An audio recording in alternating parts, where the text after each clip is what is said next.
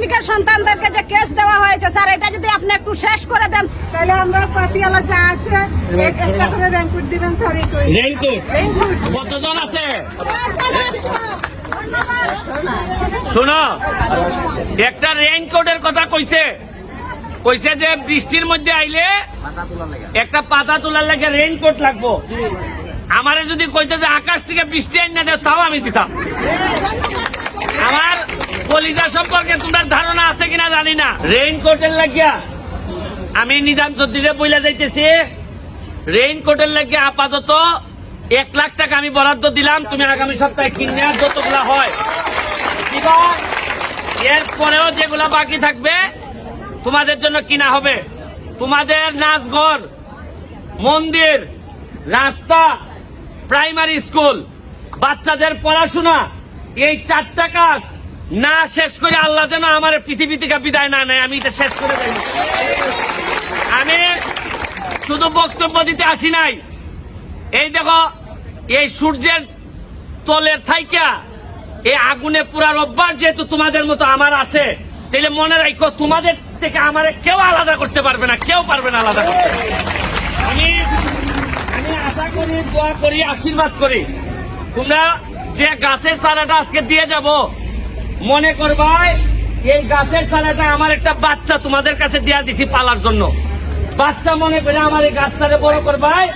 এই গাছ থেকে যদি একটা আম তুমি খাইতে পারো, তাহলে এটাই হবে আমার সবচেয়ে বড় সফলতা। আমি বুঝাইতে পারছি। আর এমন ভাবে খালি দেওয়ন্দি না, সারা মাধবপুর চুনারঘাটে 2 লাখ আমের চারা লাগাইতেছি। এমন মিঠা বানাইবো, কারণ সারা জীবন নেতারা তো তোমরা বিষই খাওয়াইছে।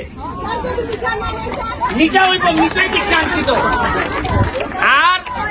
আর হইল গিয়া এমন ভাবে মিঠা বানাইবো আমি, অন্যান্য চা বাগান, শ্রীমঙ্গল, মলিবাজার, ওইসব চা বাগানের লোকরা আফসোস করতো, আহারে দেওয়ন্দি বাগান থেকে যদি একটা মেয়ে বিয়ে নিতে পারতাম। বুঝছো নি? এমন ভাবে আম ফসল ফলাদি সবাই যাতে মানুষে খালি আফসোস করে।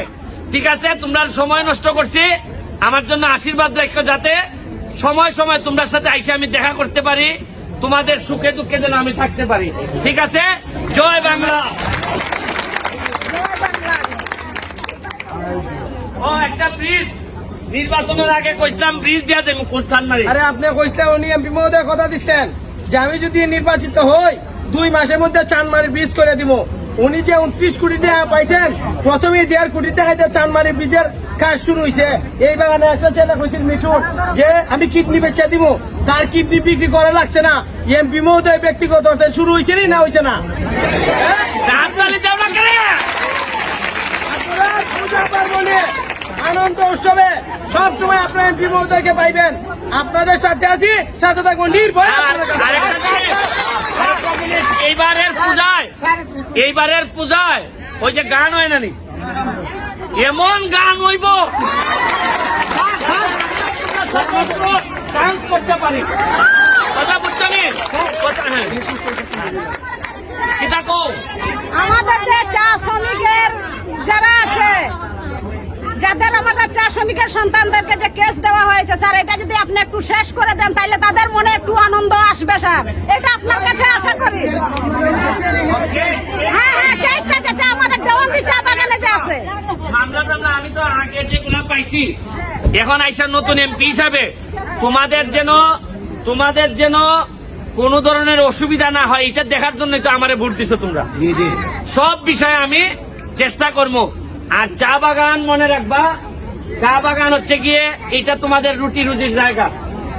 যারা মালিক পক্ষ আছে, তোমরা এক পক্ষ, 2 পক্ষ সুন্দরভাবে চললে, ভালোভাবে চা বাগান চললে তোমাদের দাম থাকবে। নাইলে আমি আইসা কয়দিন তোমরা চাল দিমু। আমি মালিক পক্ষরে অনুরোধ করব, আপনাদের সন্তান মনে করিয়া যেভাবে যাতে অসুবিধা না হয়, অসুবিধা হইলে তো আমিও আছি, আমরা সবাই মিলে মালিক পক্ষ, তোমরা, এমপি সবাই মিলে যেন সুন্দরভাবে বাগানটা চলে, বাগান চলতে যেন কোনো অসুবিধা না হয়, এইদিকেও তোমরা খেয়াল রাখবা। কথাটা বুঝছো নি? আর যে কোনো বিপদে আমি তোমাদের শ্রমিকদের সহযোগিতায় যা যা লাগে তোমরা আমারে পাইবাই।